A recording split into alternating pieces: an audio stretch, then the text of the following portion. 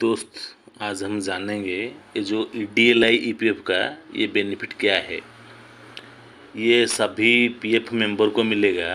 ये free life insurance employee deposit linked insurance scheme, इसका full form है EPFO का जो free life insurance employee deposit linked insurance scheme है।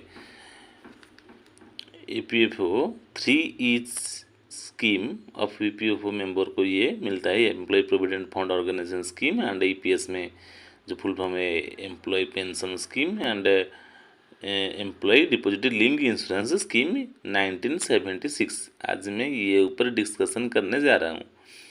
EPFO में चार तरफ से एलिजिबिलिटी है। जो DLI का एलिजिबिलिटी केयर कैसा रहेगा, ये प्रीमियम कैसा रहेगा और बेनिफिट कैसा रहेगा और हाउ टू क्लेम कैसा रहेगा।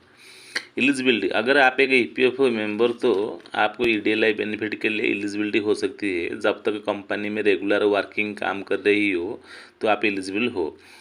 DLI इंश्योरेंस पाने के लिए हकदार हो कुछ लिमिटेड कंपनी जो कि DLI से बेहतर बेनिफिट दे सकती है। उस कंपनी खूब कम है हमारी भारत में। कुछ कंपनी DLI ग्रुप इंश्योरेंस ले रखा है जो एम्प्लॉय का मौत पर उनके परिवार को देते हैं। आप कंपनी में काम करते हो तो 12 महीना काम करना अनिवार्य है। 12 महीना से कम काम करेंगे तो DLI बेनिफिट में एलिजिबल नहीं रख सकती। कैलकुलेशन कैसा रहेगा, EDL में डेट बेनिफिट के कुछ कंडीशन में ध्यान रखना पड़ेगा। आपका सर्विस 12 महीने से कम हो तो या 12 महीने से ज़्यादा है, उनके लिए अलग अलग कैलकुलेशन होती है। डेट ऑफ डेथ पर क्या है, और अगर आपका 15 फरवरी 2020 से बाद है तो अलग है मिलेगा ये कैलकुलेशन हिसाब से। अगर 15 फरवरी के पहले है तो ये अलग कैलकुलेशन होती है। 12 महीने से बाद डेथ का कैलकुलेशन होता है DLI स्कीम के तहत। ये है कि 12 महीना आप काम करना पड़ेगा। 12 महीने से कम काम करेंगे तो ये अलग स्कीम में ऊपर कैलकुलेशन होगी। ज़्यादा सर्विस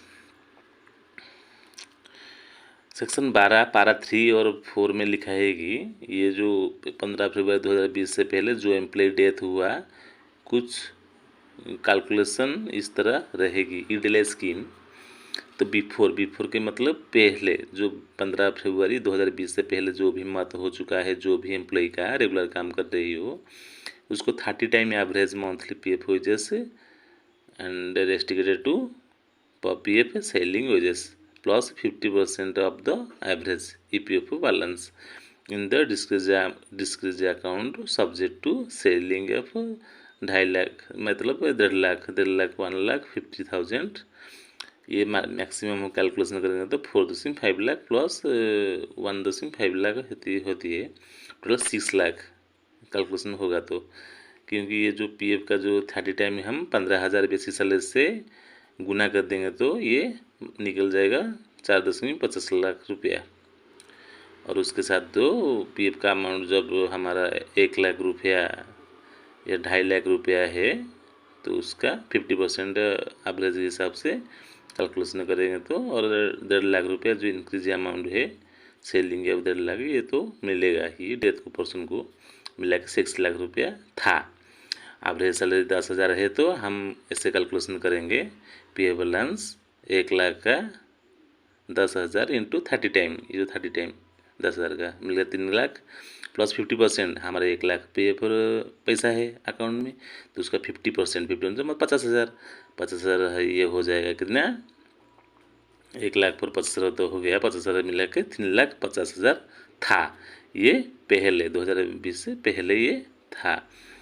आप एक कंपनी में 12 महीने से काम करना पड़ता है, मान लो कंपनी में 5 महीना और दूसरा कंपनी में 7 महीना, ऐसे नहीं मिलेगा DLI बेनिफिट। मतलब दो कंपनी चेंज करेंगे तो DLI बेनिफिट नहीं मिलेगा। ये रूल था बिफोर मतलब 15/2/2020 से पहले, जो भी बिफोर था इसमें ये था रूल। 2020 से पहले 2019 से 18 ये सब था रूल। मान लीजिए 50,000 पर मंथ पे कंट्रीब्यूशन किया जा रहा है तो 15,000 तक तो ये तो बेसिस रहेगा। और उसकी मैक्सिमम लिमिट क्या कब हो सकती है देखेंगे। अगर आपकी वजह 15,000 है तो 30 टाइम में वो 15,000 तो 4,50,000 हो रही है, और 50% of the average of P F balance. मेरा पी एफ अकाउंट में 1 लाख रुपया है, तो उसका 50% हम इसमें लेंगे। 50% मतलब 1 लाख का 50,000। ये होने से कितना रुपया हो रहा है? ये होने से 5 लाख हो रहा है। 4 लाख 50,000 एंड ये 50% का जो हो रहा है ये 50,000 हो रहा है, तो 5 लाख हो रहा है। और उसके 1.5 लाख ये मिला के कैलकुलेशन करके टोटल काउंट करके तो 6 लाख की डेली बेनिफिट हमको मिलता था। और ये है आफ्टर 15/2/2020 से बाद ईडेरेलू चेंज 6 लाख एंड 7 लाख 1 लाख बढ़ाया गया है। ये जो ईडेलाई बेनिफिट था, ये एम्प्लॉय डिपॉजिट लिंक की अकाउंट जो है ईपीएफ का, ये 7 लाख बदल 7 लाख किया गया है। टर्म एंड कंडीशन बदला गया है, सारे रूल बदला भी किया गया है आफ्टर ये 15/2/2020 मतलब आज का दिन में ये क्या रहता है रूल रेगुलेशन हम जानेंगे। 35 ये 30 था, किसने बिफोर में 30 था, अब ये 35 टाइम पर मिलेगा। 30 time average monthly PF wages restricted to PF ceiling wages plus 50% of the average EPFO balance in the डिस्क्रीज account subject to ceiling of 1.7 lakh. 15,000 मानेंगे तो हमारा 15,000 बेसिक जब रहेगा, ये 30 टाइम डे इंटू कर देंगे तो 5,25,000 हो रहा है। उसके बाद 1.7 लाख 7.5 लाख जो ये है अमाउंट, ये तो कैलकुलेशन में प्लस रहेगा। इतना ही मिला के 7 लाख हो गया। अगर सैलरी 10,000 है तो एवरेज जीपीएफ बैलेंस 1 लाख है। मेरा अकाउंट में 1 लाख है, मैं अनुमान में लेता हूँ 1 लाख है। मेरा सैलरी भी 10,000 मिल रहा है किसी प्राइवेट कंपनी में, ठीक है। उसको फॉर्मूला कैलकुलेट करेंगे तो ये था 35 टाइम्स। 35 टाइम मतलब ये जो 35 टाइम्स ही अभी 30 था, ये 35 टाइम्स मिला के ये जो इंटू कर देंगे 10,000 से 35 इंटू कर देने से, और 50 प्लस 50% 1 लाख रुपये का जो रुपये 50% इंटू 1 लाख रुपये, हाँ 1 लाख रुपया जो था ये मिला के 3 लाख हो रहा है। और ये जो 50,000 मेरा अकाउंट में 50% है, ये मिला के 4 लाख जो आज के दिन में बताया जाएगा 3,50,000 था। पुराना वाला 3,50,000 था, अब ये 4 लाख हो गया है। इतना ही मिल सकता है हमको। तो पहले सेलिंग प्राइस 1.5 लाख बढ़ा के 1.7 लाख कर दिया गया है।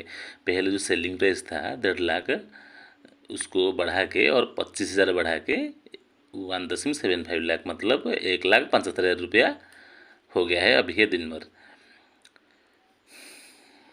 तो मैक्सिमम अकाउंट विल भी 35, ये पहले 30 था, अभी 35% गुना करके मिल रहा है पैसा। बेनिफिट अगर सर्विस 12 महीने से कम हो, मेरा सर्विस अगर 12 महीना तो कम हो तो बेनिफिट कम मिलेगा, लेकिन कुछ बेनिफिट मिलेगा जो कि कवर्ड होता है EDL scheme section 22 paragraph 1 and 4 में कवर होता है। सर्विस लेस देन 12 मंथ, जो 12 मंथ का क्या रहता है, EDL amount 1.2 into average balance in account of डिस्क्रीज during the period of membership maximum 50,000 plus 40% of amount increase of 50 subject to ceiling of 1 lakh maximum possible 1.8 lakh 1.8 lakh मतलब ये मैक्सिमम जो मिलता है 1.80,000 रुपया ये मिलता है। ये 12 महीने से सर्विस कम। मान लो मैं आज काम किया, 5 महीना काम किया, मेरा नौकरी है 10 साल में नौकरी था, मैं ईपीएफ में कोई पैसा नहीं उठाया, कोई भी ईपीएफ का पैसा नहीं उठाया। ईपीएफ में ऐसा था, जब ऐसा था ईपीएफ में मैं कुछ नहीं पैसा 1 रुपया भी पैसा नहीं उठाया। इस ईपीएफ में पढ़ना दीजिए, ये जो पैसा मेरा था ईपीएफ में रहता था। और बाद में जब मेरा मौत हो जाएगा तो मुझे 1,80,000 रुपया मिलेगा, क्योंकि एवरेज कैलकुलेशन करके ये दे रहा है ईपीएफओ। तो हाईएस्ट ही 1,80,000 रुपया मिलेगा। अगर मैं दूसरा कंपनी चेंज करूँगा, इस कंपनी में 5 महीना है, वो 2 कंपनी में और 7 महीना है, इसमें आपको ये तो बेनिफिट में नहीं मिलेगा, लेकिन ये सर्विस लेस देन 12 मंथ का बेनिफिट मिलेगा, जो हाईएस्ट रहता है 1.8 लाख रुपया।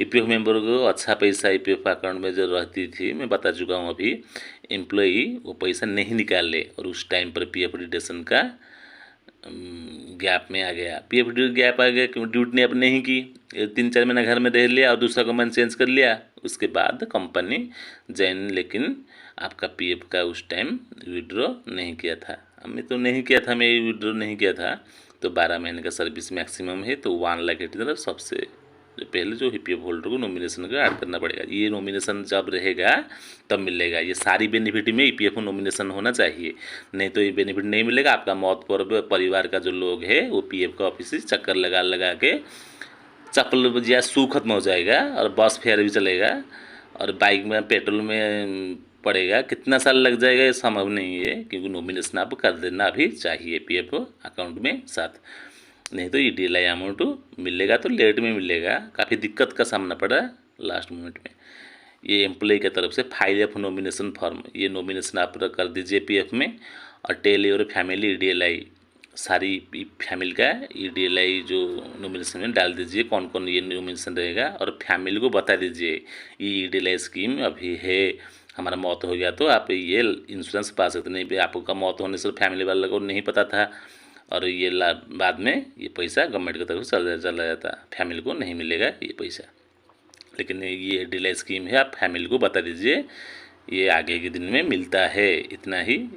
और let then now EDLI UAN details ETC सभी यूएन नंबर भी फैमिली को दिखा दीजिए, जे मेरा मौत पर भी यूएन में EDLI स्कीम है, आप चाहे तो क्लेम कर सकते हैं मौत के बाद। नहीं तो आप नहीं बताएगा तो फैमिली को ये आपको ये फैमिली लोगों को पता नहीं चलता ये EDLI क्या है। ठीक है, एम्प्लॉयर को क्या है, employee death of service, date in service, ये जो डेथ सर्विस हो रहा है तो एम्प्लॉय क्या कर रहा है, एम्प्लॉयर क्या करता है कि बता रहा है कि ये 15 दिन से पहले ये घर को चला गया था, ये हमारा एम्प्लॉय नहीं है, इससे एम्प्लॉय मत करना चाहिए। एक जान का सवाल है, परिवार का सवाल है। ये कुछ कुछ जो एम्प्लॉयर है वो ऐसे धोखाधड़ी करते हैं एम्प्लॉय के साथ।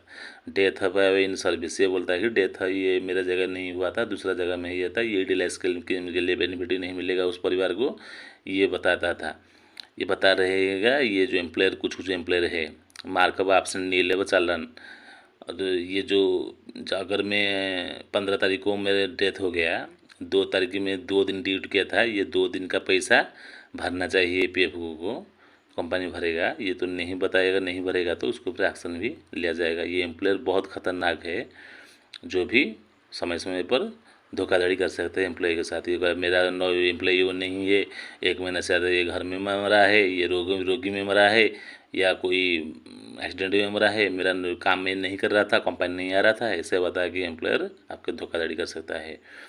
और किसी भी आपका जो संदेह है आप ग्रीवियंस पोर्टल में दाखिल कीजिए आपका ये जो शिकायत, और RTI करिए। ये मेरा प्रोसेस है, ऑनलाइन प्रोसेस है, कैसा गया और कहाँ गया, या ऑफलाइन प्रोसेस कैसा गया, RTI आप करें। नहीं तो आप PM कंप्लेंट पोर्टल में दाखिल कीजिए, ये कैसे मेरा कहाँ है EDLI स्कीम का बेनिफिट मैं कैसे पाऊँगा, और ये पाने के लिए मैं कहाँ जाऊँगा, और जो अभी मैं एप्लीकेशन में दिया हूँ ऑफलाइन या ऑनलाइन उसका स्टेटस क्या है, आप PM कंप्लेंट कर सकते हैं। और ग्रीवियंस पोर्टल में भी अपील कर सकते हैं, और RTI भी आप कर सकते हैं। और अब मेरा चैनल को लाइक और सब्सक्राइब कर दीजिए, मैं आगे के दिन में और भी कुछ बताऊंगा आपको। नमस्कार।